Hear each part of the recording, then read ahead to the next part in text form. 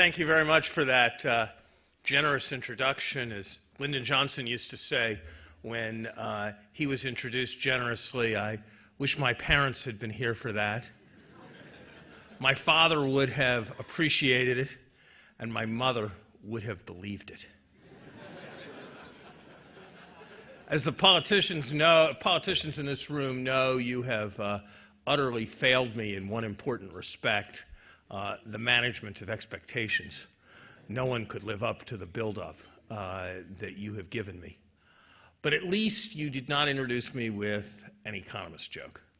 It was not so long ago that I was introduced by someone who said, "Larry, do you know what it takes to succeed as an economist?"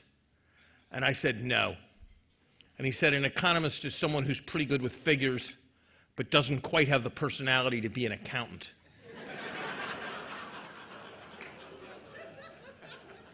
That was in Moscow,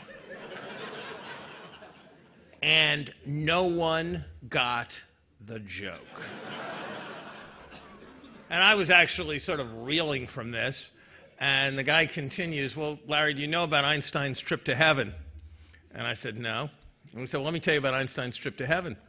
Einstein went to heaven, and he really felt he'd done pretty well on Earth, but he hadn't related to people as well as he would have liked, and he was really going to try here in heaven. And so he met a first guy, and he said, "So we can talk. What's your IQ?" And the guy said, 180. And Einstein said, "Fantastic. I have a new quantum gauge theory I'd like to discuss with you." And he met a second guy. "What's your IQ?" 140. "I have been thinking about Shakespeare's sonnets, and I think I have a new way to think about Shakespeare's sonnets." And he met a third guy. "What's your IQ?" 80. And Einstein did not know what to say. And then it came to him. "What's your GDP forecast for the second quarter?"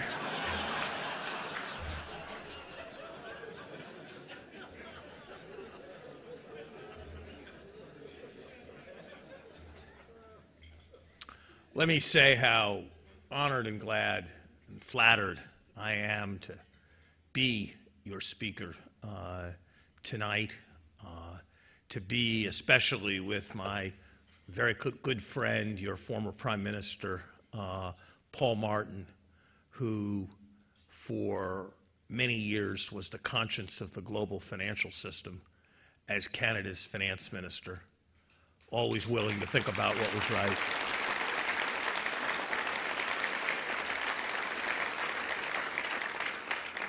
And then as Prime Minister was the conscience of more than the financial system. And I'm also very glad to be here with your distinguished central bank governor tonight. There's no one else in the world for whom having a job of not changing policy requires so much thought.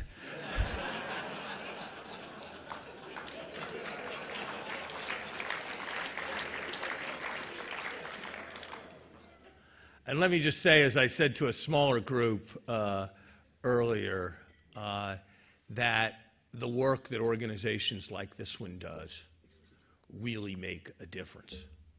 There are those who say that studies don't matter, that discussions don't matter. It's only actions that matter. I can tell you they're wrong. They're wrong because actions are shaped by conventional wisdoms and prevailing concepts, and those conventional wisdoms are the product of the seminars of only a few months and years before. So your getting it right makes a big difference to your country getting it right, and your country getting it right makes an important difference in the world. 2014 is a year, if you think about it right, of anniversaries. It is the 100th anniversary of 1914, a moment when the world mismanaged itself and reaped the legacy of mismanagement in as terrible a way as has ever happened. A weary leading power, Britain, failed to act wisely and consistently in the face of an authoritarian, rising German economic machine. Others positioned themselves for advantage as they saw it, let nationalist desires and forces become the glue that provided legitimacy to questionable governments that were not fully delivering in an economic sense. Confusion, complacency, and confidence gave way with distressing speed to cataclysm, and the world was never the same. 75 years ago, the year was 1939. It had been thought that the war that began in 1914 was a war to end all wars. No one then, while it was being fought, ever thought to call it the First World War. In its aftermath, the victors acted unwisely. They confused their legitimate grievance with their forward-looking self-interest and imposed a peace that inevitably bred profound resentment. A power that had led and shaped the global economic system found itself diminished, and as it was diminished, a rising power with the potential to lead did not fully step up, and a system of economic integration was not developed. The world plunged into depression. Nations distressed about the situation of their economies. People who felt impoverished failed to look outside at rising threats. And by 1939, the world was on the brink of the second, even more terrible war. 50 years ago, it was 1964. The world was not, at that point, on the brink of any great cataclysm. The economies of the industrialized world were in the midst of a period of performance as spectacular as any in their history. But 1964 was months after the assassination of President Kennedy. It was the year that saw the United States entry into Vietnam, an event that tore our society apart because of what it meant for a generation of young Americans. an event that changed in a way that was very much not for the better the way in which America was seen in the world. 1964 and the forces associated with Vietnam was also, in a historical, if not an arithmetical sense, the beginning of the 1960s, when throughout the industrial world, the functioning of democratic societies, the acceptance of democratic societies by their young people came into increasing question. It set the stage for the inflation, loss of confidence, and productivity slowdown that came in the 1970s. 25 years ago, it was 1989. It was the year that, in a historical sense, the 20th century ended. And it ended with a remarkable and spectacular victory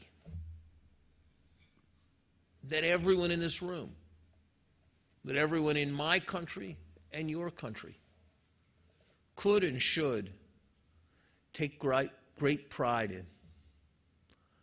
A totalitarian ideology and empire was defeated without a shot having been fired. How did it happen?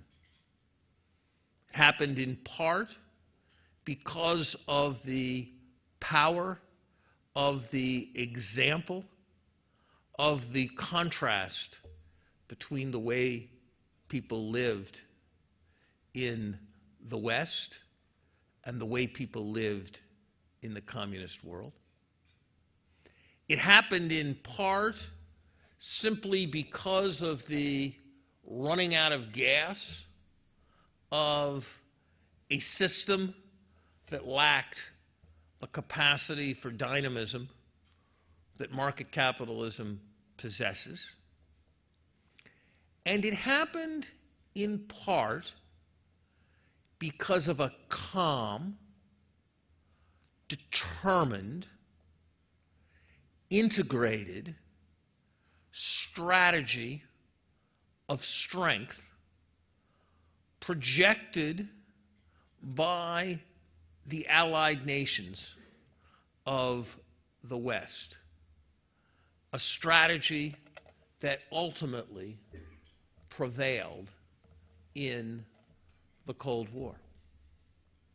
And the world is a vastly, vastly better place for it. So if you believe in numerology, you believe in centuries and quarter centuries, this is a remarkable year. History does not repeat itself, it has been said, but it does rhyme. And if you think about the challenges that I have described, that sometimes were met well and sometimes were met poorly, echoes of many can be heard today. Again, a great and strong power, not growing as rapidly or as confidently as it once did, finds itself in a global system with a determined rising power with nationalist forces.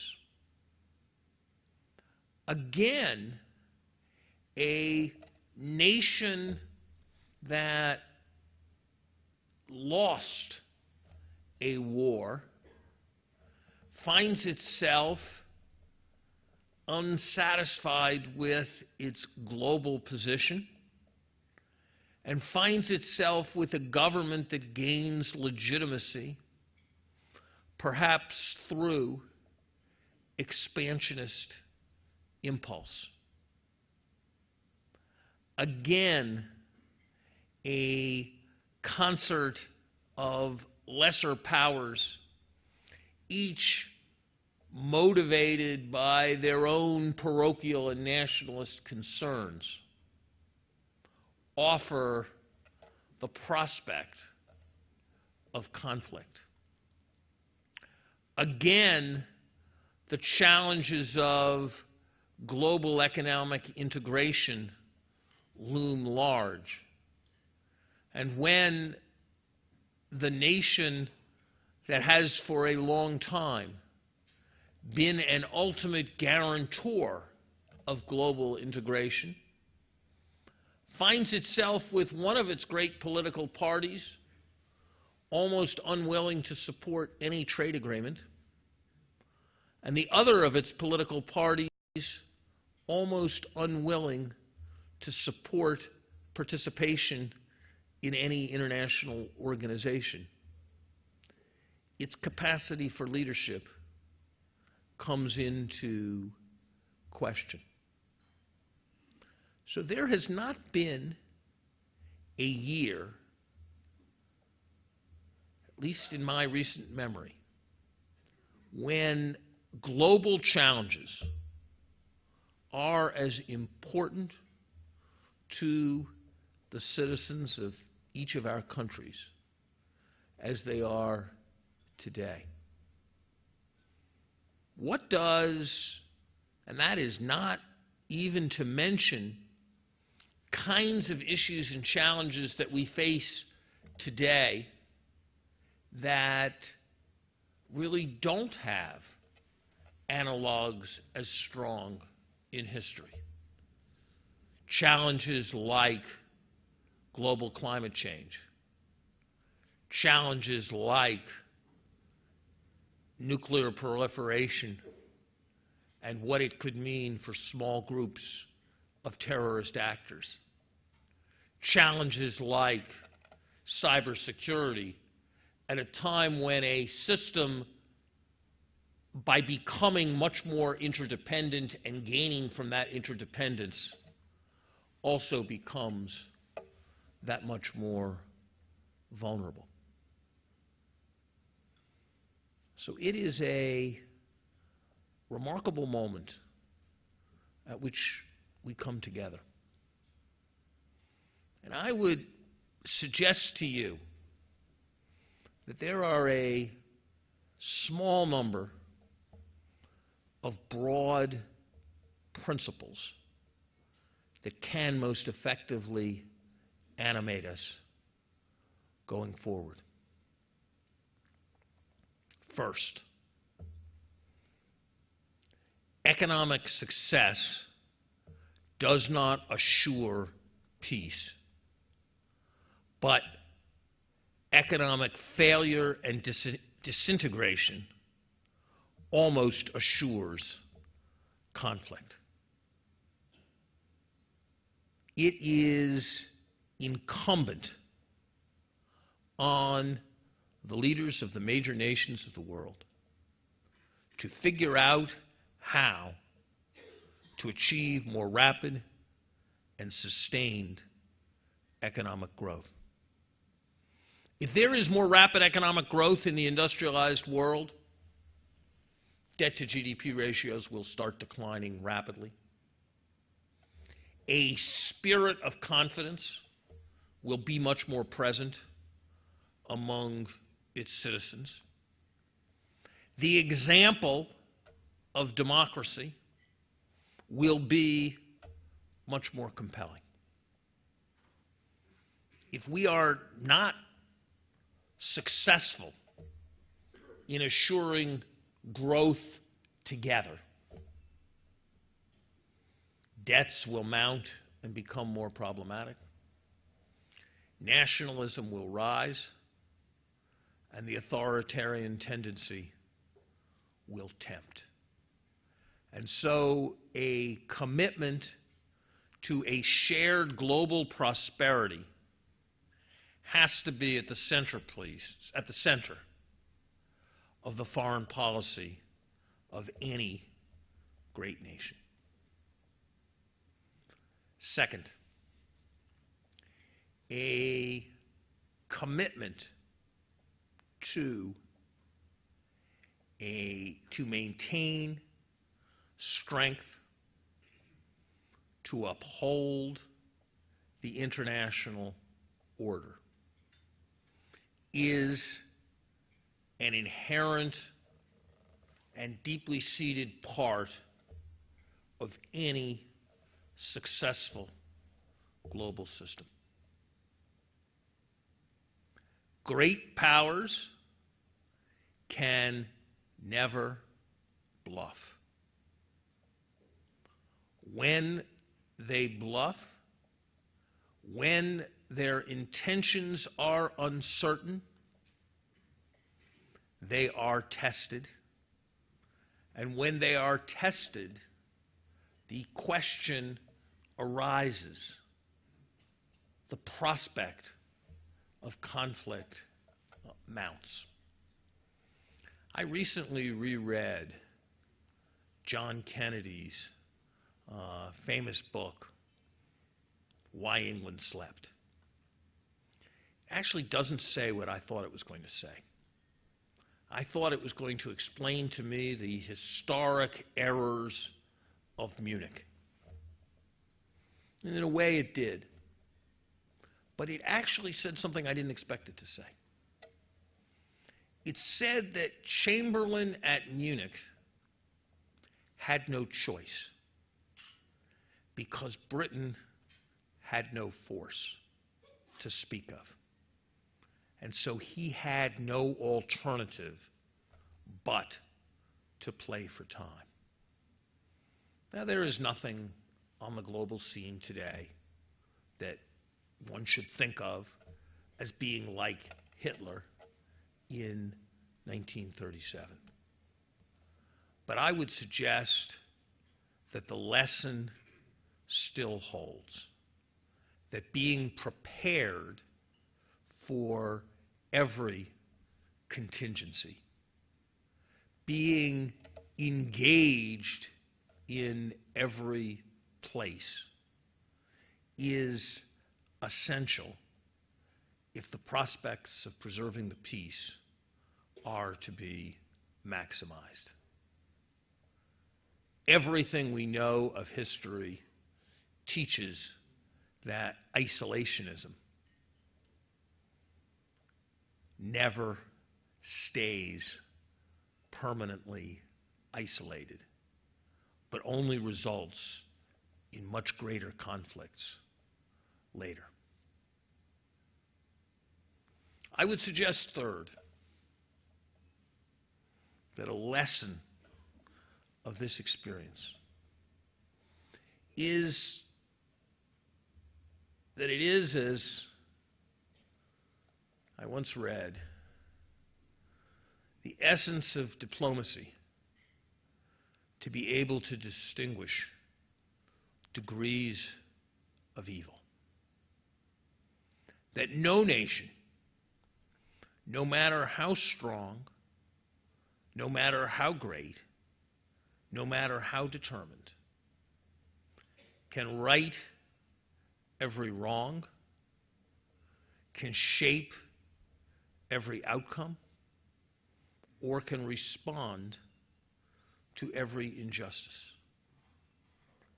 And therefore, a sound approach to international relations must be based on an ability to distinguish those interests that are most fundamental from those interests that are desirable but less fundamental.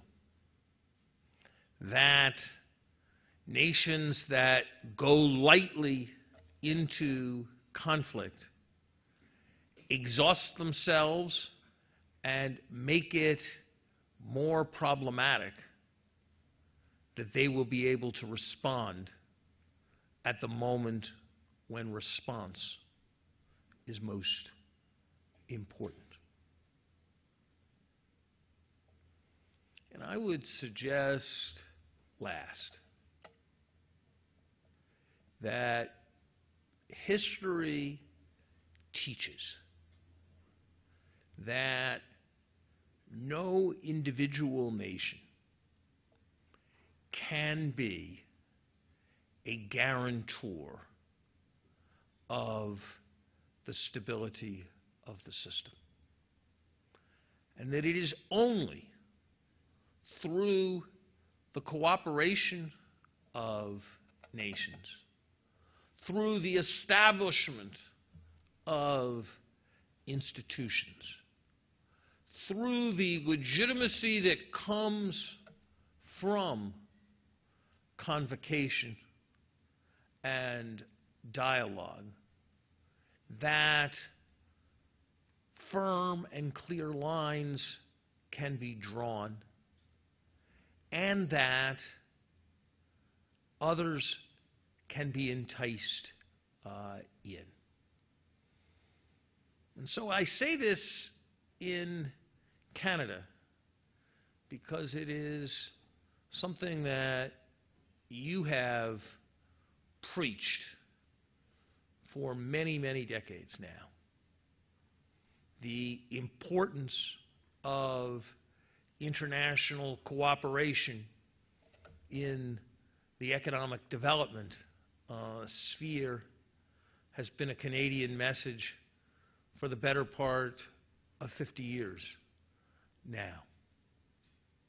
It was your finance minister and then Prime Minister Paul Martin who played a central role in the establishment of the Group of 20 nations in recognition of the fact that a group of 7, of whom 4 were in Europe, could no longer claim legitimacy in leading and guiding a global system. It has been your advice to my nation not to stand back from the world, but to enter the world in conjunction with others. And that has been wise advice, and we have followed it when we have followed it to our great profit. And often when we have ignored it, we have regretted it. My impulse to government, in a sense, came to me as a young child, watching the first president who impinged on my consciousness, John Kennedy. And he said, man's problems were made by man. It follows that they can be solved by man. There is no reason why the darker parts of history ever need to be reenacted. And there is much in the history that I described from which we can take inspiration. But it will depend on all of us as concerned citizens to determine what somebody will say when they look back from 2114 at the past 100 years. Thank you very much.